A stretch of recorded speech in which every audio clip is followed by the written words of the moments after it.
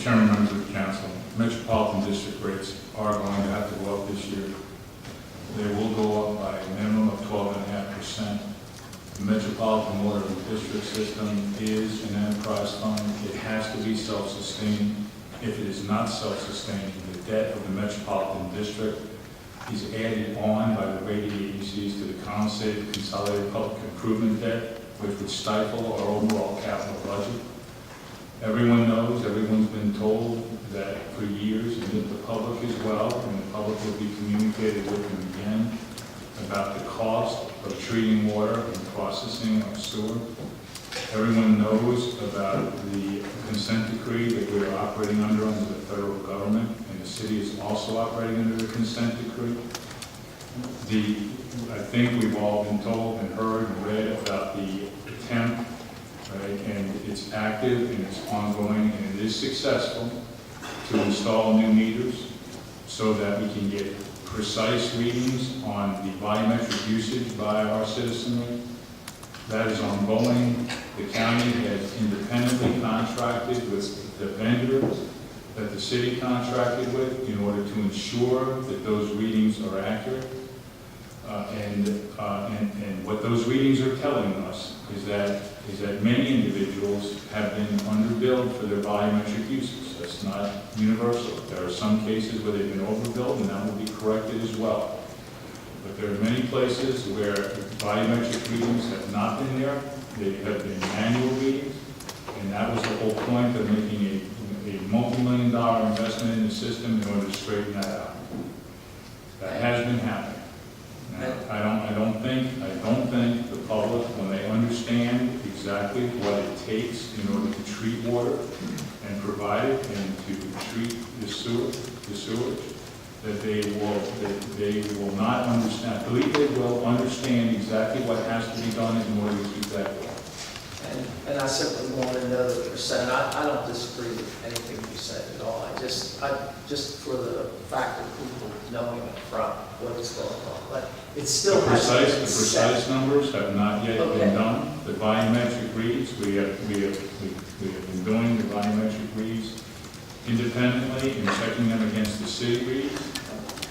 We are recording approximately a 95 to 97% accuracy rate, and that is ongoing so that we can ensure that the bills this year will be accurate and will not provide any information that is not matched up with what those volumetric reads are. And this has to be determined by what, June 30th? The tax bills will be printed at the end of June, about probably a week before, so that they can be mailed out in people's hands 1 or 2 days before the first or the first of July. Okay, thank you very much. Mr. Chairman, the other night was, as I said, I was on the phone with Lauren and looking at this last night and looking at the revenue stabilization legislation at the same time. If we have a goal of a rainy day fund of 10%, and that's in this year's budget.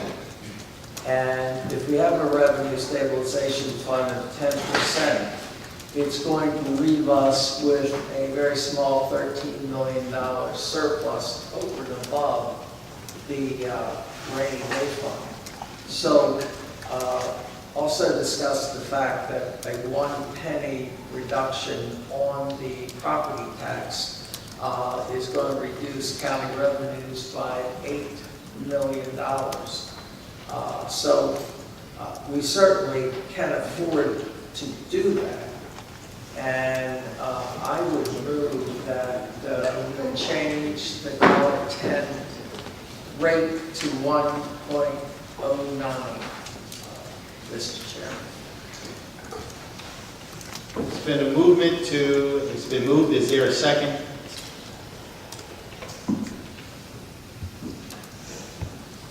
Has not been seconded. Mr. Chairman, I'll second.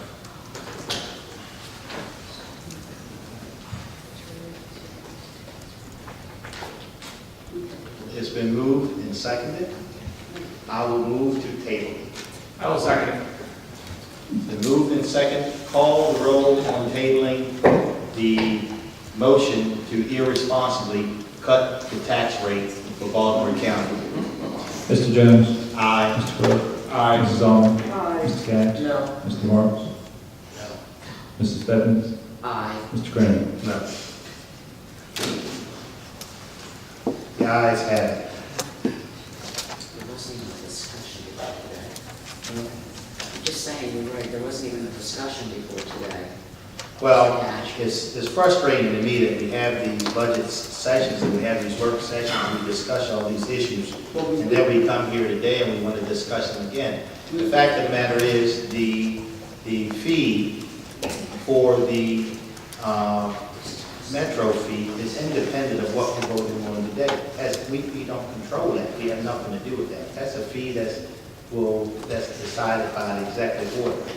Mr. Chairman. That's correct, sir. It's decided by executive order, and if I can comment on the proposal that was just made, I would like to make it very clear that it was absolutely irresponsible. Right?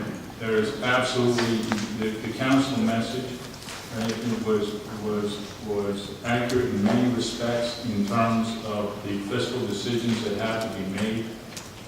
Any effort right now to take an action like Mr. Kach recommended, I would tell you, would send a message to the rating agencies that the county probably deserves it now. It's totally irresponsible. It's not like grandstanding. Mr. Absolute grandstanding. Well, Absolute grandstanding, again. Mr. Chairman, if I could, I couldn't agree more with Mr. Hillman. I'm not sure if Councilman Catch was, at the county auditor overview of the budget and the operating and capital budgets, but these are not like times of lots of flexibility there, and I think that's unequivocally clear. I'd recommend you perhaps look at spending affordability guidelines again, and I'd be happy to sit down with you to review it in exceptional detail. Mr. Thank you. Chairman, Any more comments? I've got nothing. Okay. Do I have a motion to Mr. approve Chairman, I have Bill a comment. 33-18? We, at the work session, we never did discuss any of these bills. Where were you? They were not. Where were you? I'll give you the manual if you'd like. We actually have a presentation on it. Call to order, please. Do I have a motion to approve Bill 33-18? I'll move it. Second. It's been moved and seconded. Mr. Secretary, please call the roll on Bill 33-18. Mr. Jones? Aye. Mrs. Allen? Aye. Mr. Catch? No. Mr. Marks?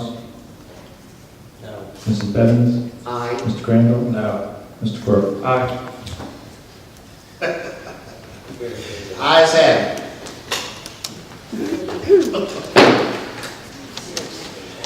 Oh, boy. Please excuse me while I get myself together. Convenient. Okay.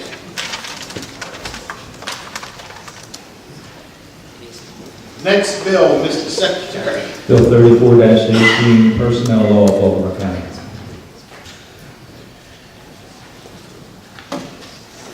Are there any questions or comments? Hearing none. Mr. Secretary, please call the roll on Bill 34-18. Mr. Jones? Aye. Mrs. Allen? Aye. Mr. Catch? Aye. Mr. Marks? Aye. Mrs. Bevins? Aye. Mr. Crandall? Aye. Mr. Quirk? Aye. Bill 34-18 is passed. Mr. Secretary, next item, please. Bill 35-18, Revenue Stabilization Reserve Account.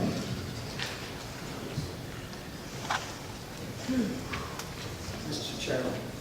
Yes, Councilman Cat. Yes, I have some, again, I was talking with Lauren about this last night, and I just asked Mr. Hellman, basically, is the 10% rainy day fund at what the bonding houses suggested that? But my question goes to the 7% floors for the next 2 years. For the rainy day fund.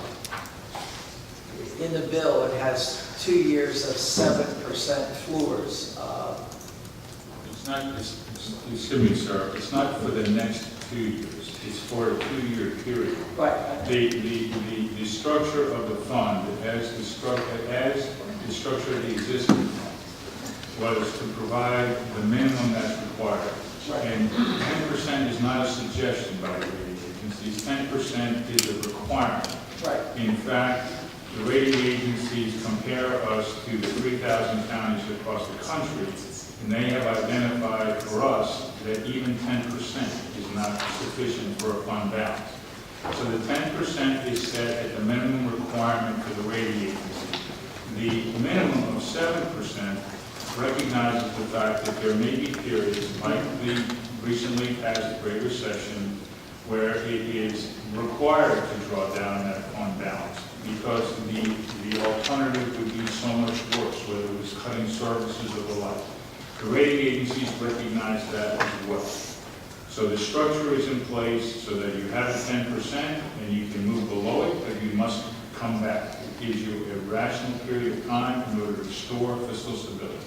Now, that 3% jump after the second year does cause me concern because you're not allowed the third year then to go down to 7, you stay at 10. And what I was wondering is what did the 7% for 2 years, was that part of the agreement or what? I'm not sure what you're asking. No, what I'm asking. I think for a second that we should have a little conversation on exactly why that fund balance is there. We are a major issuer of debt, and the county is recognized nationally for its fiscal stability. Right. That issuance of debt, is backed up by the fund balance. We not only issue debt each year to support our capital program, whether it's metropolitan district or consolidated public improvement, but we also have, and it's right here in your budget message, a large amount of debt already outstanding. That debt is in the secondary market. If the county does not maintain its rating, the reduction in its rating has immediate impact in the secondary market in terms of the value of debt, which means that bondholders then, must sell their debt at a discount in order to reduce the interest rate that is expected to be earned as a result of the county's loss in debt. What the rating agencies are doing, and it is their job, is to identify the bondholders. They do not work for, the rating agencies don't work for us, they're not under contract to us. They are out there to ensure the financial market, the people who buy our debt, that the rating that they provide to the debt indicates the level of security you have in that debt. As a AAA, we are as secure as you can get. However, if we don't maintain what indicates our security, which is that fund balance, then we will lose that rating. And then we will have higher issuance costs, and then we will have an effect in the secondary market that will expose to businesses who want to do business in the county that this is probably not the place they want to be first and foremost. No. So what this bill represents, is the minimum of what the rating agencies expect of us. And what I was actually getting to is I couldn't understand why we have the first year at 7% floor. Why don't we have the second year as 8.5% floor? Because the third year, whoever is the county executive or the council, it's not going to be a huge amount to make up. Making up 7 to 10 is a pretty high jump when you think. I would suggest to you, sir, Yes. that you go back and take a look at what happened during the period of the Great Recession that we just went through, and go back the 20 to 25 years of recessions before, and see the amount of time that it takes in order to deal with a sudden hit. And what I mean by a sudden hit is that during this past Great Recession, in one particular fiscal year, we had to make up and absorb almost $100 million. So what I'm suggesting to you that the 2-year period is a rational period of time in order to, and that is a period of time that the rating agencies have accepted. And I agree. All I'm saying is, why isn't the second year? What would be the problem with making the second year a floor of 8.5 instead of 7, so we could ease our way into? I think I just answered that question. So the timetable that needs to, this is a $3 billion operation. Making a change within a 12-month period in order to move from that does not seem realistic to me, nor did it seem realistic to the rating agencies when we had this discussion. So the 7% for both years was recommended by them, and also, It's not about recommendations. They don't do that. They don't recommend, they don't comment, they discuss. You find out what they think and what they don't think about your fiscal planning when they take action. They don't sit back and tell people, this is what you should do, this is what you shouldn't do. And I wouldn't expect them to do that. They are rating us. They are not managing us. We are managing us.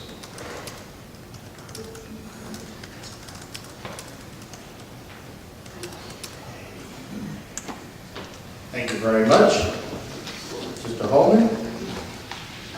And any more questions or comments? No. Hearing none, do I have a motion to approve? You don't require a Did I motion. repeat that? Okay, let's call the roll, Mr. Secretary. Mr. Jones? Aye. Mr. Catch? Aye. Mr. Marks? Mrs. Bevins? Aye. Mr. Crandall? Aye. Mr. Crooker? Aye. Mrs. Allen?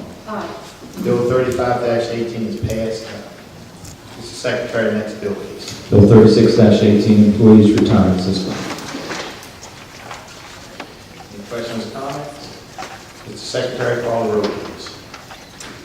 Mr. Jones? Aye. Mr. Marks? Mrs. Bevins? Aye. Mr. Crandall? Aye. Mr. Crooker? Aye. Mrs. Allen? Aye. Mr. Catch? Aye. Ayes have it, Bill 36-18 is passed. Mr. Secretary, next bill, please. Bill 37-18, School Bar Light Ordinance.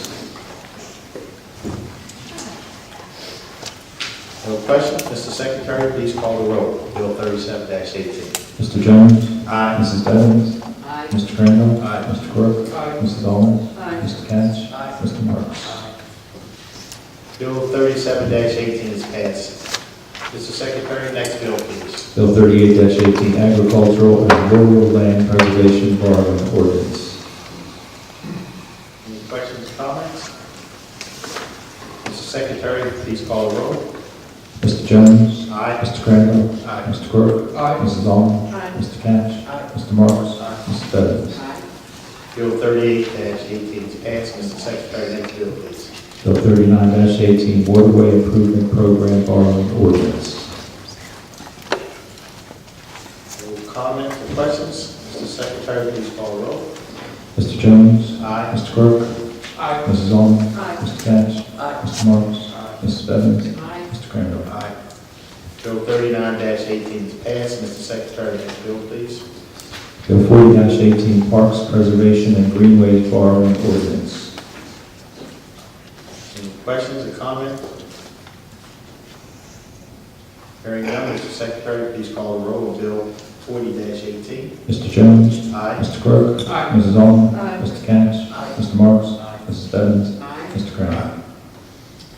Bill 40-18 is passed. Mr. Secretary, next bill, please. Bill 41-18, Public Works Borrowing Ordinance. Any questions or comments? None. Mr. Secretary, please call the roll. Mr. Jones? Aye. Mrs. Allen? Aye. Mr. Catch? Aye. Mr. Marks? Aye. Mrs. Bevins? Aye. Mr. Crandall? Aye. Mr. Crooker? Aye. Bill 41-18 is passed. Ayes have it. Mr. Secretary, next bill, please. Bill 42-18, Community Improvement Project Borrowing Ordinance. No questions or comments? Mr. Secretary, please call the roll on Bill 42-18. Mr. Jones? Aye. Mr. Catch? Aye. Mr. Marks? Aye. Mrs. Bevins? Mr. Crandall? Aye. Mr. Crooker? Aye. Mrs. Allen? Aye. Bill 42-18 is passed. Mr. Secretary, next bill, please. Bill 43-18, operational buildings borrowing ordinance. Questions or comments? Mr. Secretary, please call the roll on Bill 43-18. Mr. Jones? Aye. Mr. Marks? Aye. Mrs. Bevins? Aye. Mr. Crandall? Aye. Mr. Quirk? Aye. Mrs. Allen? Mr. Catch? Aye. Bill 43-18 is passed. Mr. Secretary, next bill, please. Bill 44-18, refuse disposal borrowing ordinance. No questions or comments? Mr. Secretary, please call the roll on Bill 44-18. Mr. Jones? Aye. Mrs. Bevins? Aye. Mr. Crandall? Aye. Mr. Quirk? Aye. Mrs. Allen? Aye. Mr. Catch? Aye. Mr. Marks? Ayes have it. Bill 44-18 is passed. Mr. Secretary, next bill, please. Bill 45-18, community college borrowing ordinance. Questions or comments? None. Mr. Secretary, please call the roll. Mr. Jones? Aye. Mr. Crandall? Aye. Mr. Quirk? Aye. Mrs. Allen? Aye. Mr. Catch? Aye. Mr. Marks? Mrs. Bevins? Aye. Ayes have it. Bill 45-18 is passed. The council will now consider all fiscal matters. Extensive testimony on each item was taken at the council's work session on May 16th. The witnesses who testified at the work session are also available to reinstate their testimony if needed. If a council member has any questions regarding a particular fiscal matter, that item will be discussed as a separate matter. I'll now call upon the secretary to read the cover letter for fiscal matters 1, 2, and 4 through 7. Fiscal matter 1 is a contract with C.H. Johnson Consulting. Fiscal matter 2 is a contract with Burien Contracting and Construction Company. Fiscal matter 4 consists of 3 contracts for custodial services. Fiscal matter 5 is a contract with Gannett Fleming. Fiscal matter 6 is a contract with Baker Tilly Virchow Kraus. And fiscal matter 7 is a contract with Elaine Katz. Any questions on any of the fiscal matters? Hearing none, is there a motion to approve fiscal matters 1, 2, and 4 through 7? I'll move it. I'll second. It's been moved and seconded. Mr. Secretary, please call the roll on fiscal matters 1, 2, and 4 through 7. Mr. Jones? Aye. Mr. Quirk? Aye. Mrs. Allen? Aye. Mr. Catch? Aye. Mr. Marks? Aye. Mrs. Bevins? Aye. Mr. Crandall? Aye. Ayes have it. Fiscal matters 1, 2, and 4 through 7 are approved. We'll now consider all miscellaneous business. Mr. Secretary, first item, please. This is a notification from the Director of Budget and Finance regarding the awarding of contracts over $25,000 by a process other than formal competitive bid. Those contracts are required to be announced at the council's legislative session. There are 3 contracts this morning. Hale Trailer Brake and Wheel Incorporated, $157,500. Popowski Brothers, $32,092. And Aero Computers Incorporated, $299,585. Thank you. Mr. Secretary, next item, please. Resolution 40-18 is a resolution to authorize the county to accept the donation of drug deactivation systems. Dr. Brandt?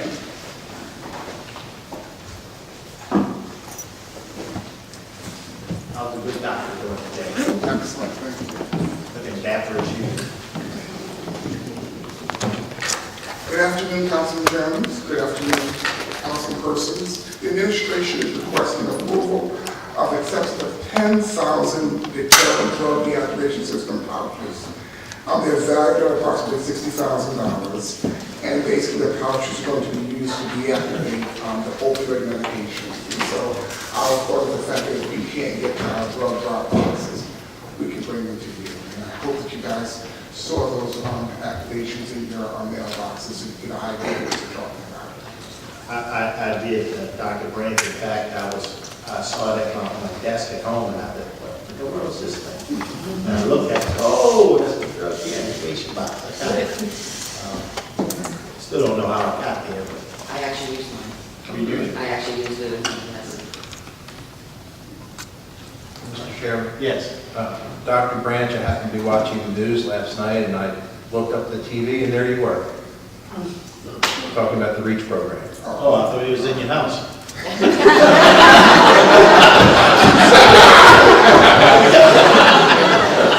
Hey, what's going on here? Dr. Branch, you're welcome anytime.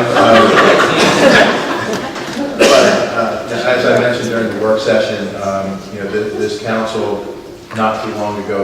concerned about our progress in dealing with the opioid crisis, and I think there's a lot of momentum that you've built. It seems like you're coming before us almost every session with a new aspect of this program, and you and your department should be commended for it.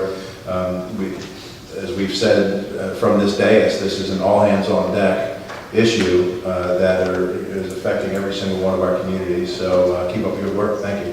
Thank you. Are there any more questions on Resolution 40-18? Mr. Secretary, is there a motion to approve 40-18? I'll move. Second. It's been moved and seconded. Mr. Secretary, please call the roll on Resolution 40-18. Mr. Jones? Aye. Mrs. Allen? Aye. Mr. Catch? Aye. Mr. Marks? Aye. Mrs. Bevins? Aye. Mr. Crandall? Mr. Quirk? Aye. Resolution, the ayes have it. Resolution 40-18 is passed. Mr. Secretary, next item, please. Resolution 41-18 is a resolution to rank 5 rural legacy area plan applications. Yes, Ms. Andrew Van Arsdale.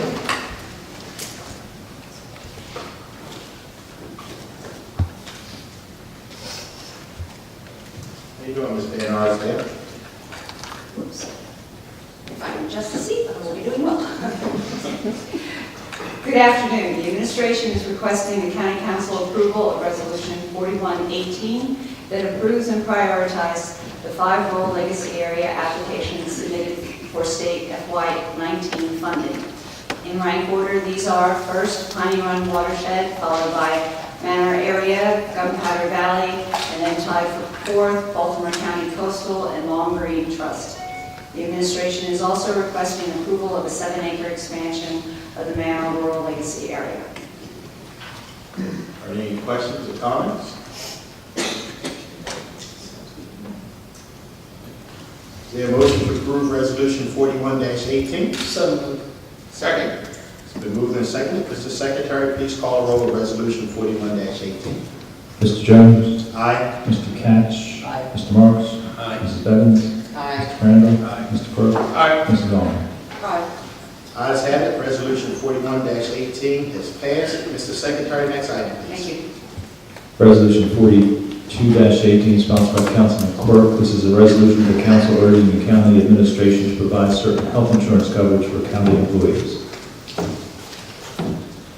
Thank you, Mr. Chairman. Tonight, Resolution 42-18 asks the administration to negotiate with our healthcare system, basically allowing women to refill their contraception instead every 3 months, every 12. And the reason for this is this just happened at the state level, but it doesn't mean that our healthcare plan falls under it. Matter of fact, many healthcare plans around the state are self-funded and they have their own rules. And so we're just asking Baltimore County also look at what the state did and hopefully incorporate it for our Baltimore County employees. The CDC says that when we do this, it reduces the rate of unintended pregnancies and abortions quite dramatically, and I think that is something that has strong bipartisan consensus. I do want to note that it is supported by Planned Parenthood, the Nurses Association, and many groups. So I ask for your support. Thank you, Councilman Quirk.